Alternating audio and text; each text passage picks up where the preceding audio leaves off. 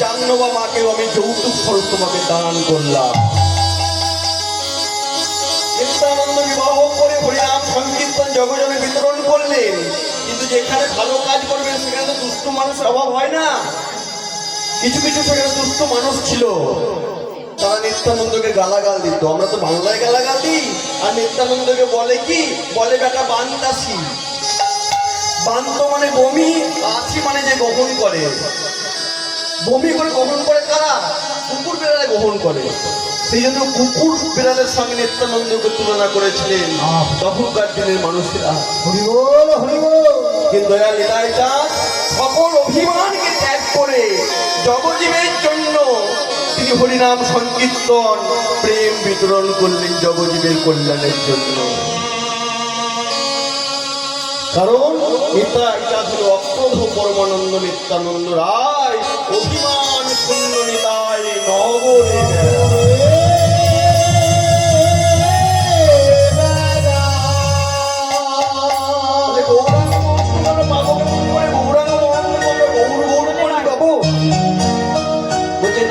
গৌরাঙ্গ মহাপ্রভু পেতে গেলে তোমাকে নিতাই চাঁদের চরণে শরণাপন্ন হতে হবে। আর নিতাই চাঁদ যদি তোমায় কৃপা করে তাহলে তুমি গৌরাঙ্গ মহাপ্রভুকে বিনামূল্যে পাবে। কেন? যেমন মাজন কিনলে গ্রাস ফ্রি পাওয়া যায়, কিন্তু গ্রাস কিনলে কিন্তু মাজন ফ্রি দেয় না। ঠিক তেমনই যদি নিত্যানন্দ একবার কিনতে পারো তাহলে গৌরাঙ্গ মহাপ্রভু তুমি বিনামূল্যে পেয়ে যাবে। তাই বলছে আমার নেতাই বিনে ভাই গৌর নাহি পায়, রাধে বিনে ভাই কৃষ্ণ নাহি পায়। আমার নেতাই বিনে ভাই গৌর নাহি পায়,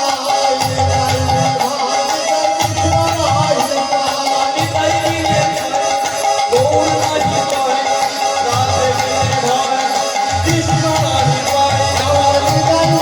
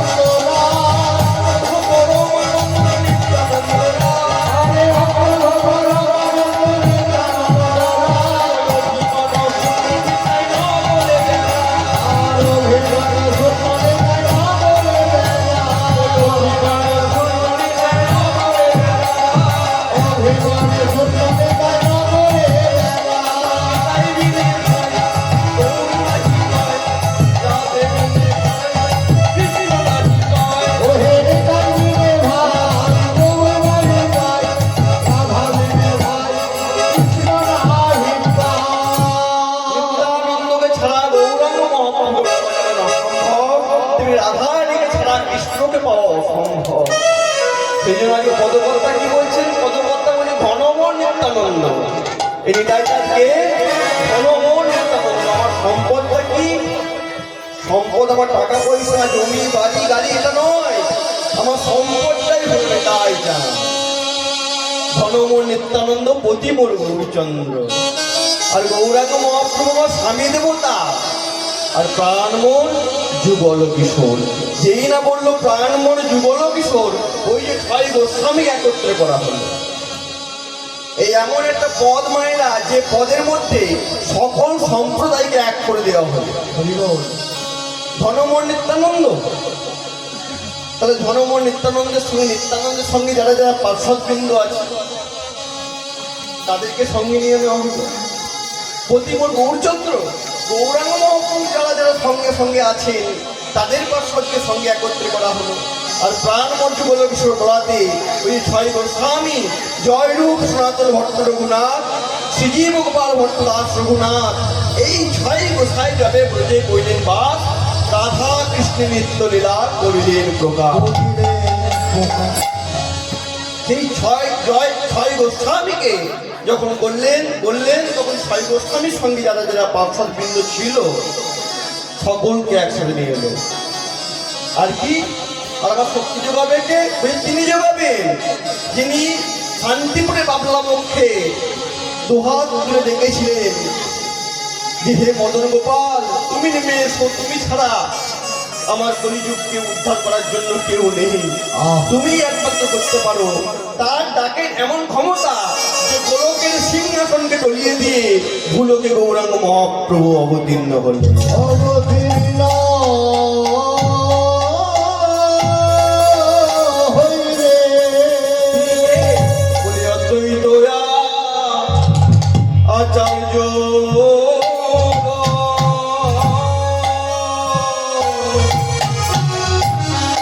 গদাধর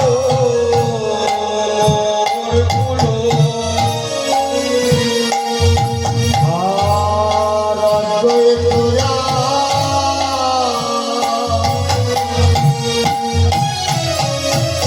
আচার্য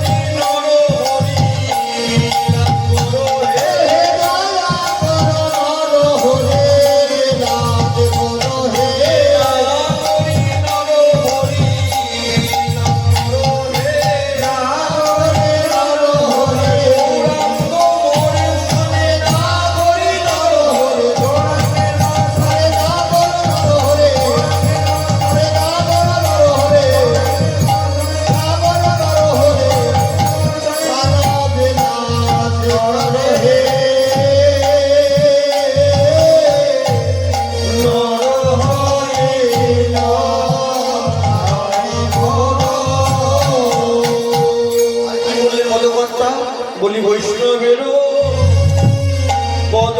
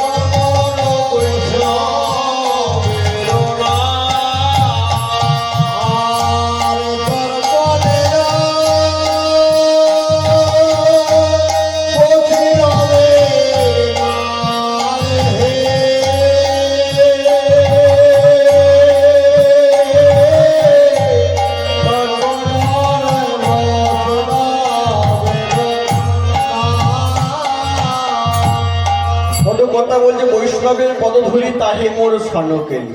ও মায়েরা, কিছু কিছু দিন আছে যে দিনগুলোতে স্নান করলে বড় পুণ্য হয়। যেমন পৌষ পার্বণ, আপনারা যদি জয়দেব পদ্মাবতী স্থানে গিয়ে স্নান করেন তাহলে বড় পুণ্য হয় না? কেন্দুবিল্ল গ্রামে কেন পুণ্য হয়? কেন? কারণ 9 দিনের জন্য গঙ্গা অজয় নদী ফিরে আসে, সেই জন্য পুণ্য হয়। তেমনি মাঘী পূর্ণিমায় এলা আমাদের গঙ্গা যমুনা মিলনস্থলে কেউ যদি স্নান করেন বড় পুণ্য। নিয়মিত কেউ যদি গঙ্গা স্নান করেন বড় পুণ্য। তাই কিছু কিছু দিন আছে যেগুলো স্নান করলে বড় পুণ্য হয়। হরি বল।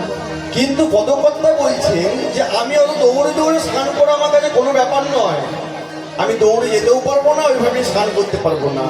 যেখানে বৈষ্ণবের পদধূলা পাবো সেখানে একবার গড়াগড়ি দিয়ে দেব, ওই স্নানে যা পুণ্য হয় সেই পুণ্য আমার হয়ে যায় ভাই। তাই বলেন বৈষ্ণবের পদধূলি তাহে মোর স্নানকেলি, তর্পণ মোর বৈষ্ণবেরও নাম। তর্পণ কবে করতে হয়? দুর্গা পূজার আগে মহালয়ার দিনে তর্পণ করতে হয়। সেদিন পিতৃপুরুষ উদ্দেশ্যে তিল জল দান করতে হয়। তা আমার ক্ষেত্রে সেই তর্পণটা কি জানো? ওই আচার্যদের নাম যদি আমি ঠিক মতো স্মরণ করতে পারি, তর্পণে যাই পুণ্য হয়, সেই পুণ্য আমার হয়ে যায়। হরি বল, হরি বল। সেই জন্য তর্পণ করতে হয়। সবই তো বুঝলাম, যে তুমি যে কথাগুলো বলছো সেগুলো কি ঠিক বলছো? পদকর্তা বলছে বলি বিচার করিয়া মনে ভক্তির আস্বাদনে ওহে বিচার